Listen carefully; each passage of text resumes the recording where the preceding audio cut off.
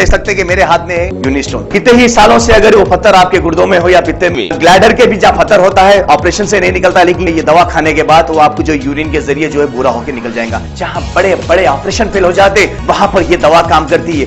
गुर्दे और पित्ते की पथरी ये प्रोडक्ट से गल जाती है, फिर दोबारा पथरी फॉर्म होने नहीं देती और इसमें कोई साइड इफेक्ट भी नहीं है। R&S यूनानी pharmacy, first floor opposite Canara bank, Bahadurpura, x road, Hyderabad.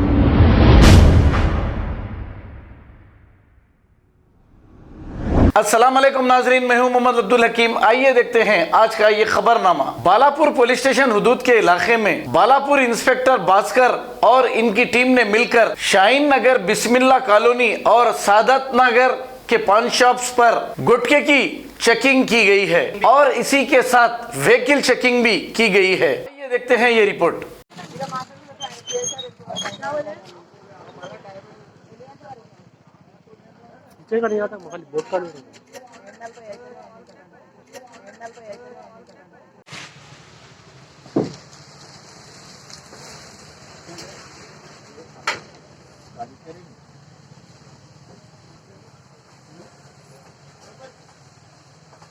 इससे पहले फोन कर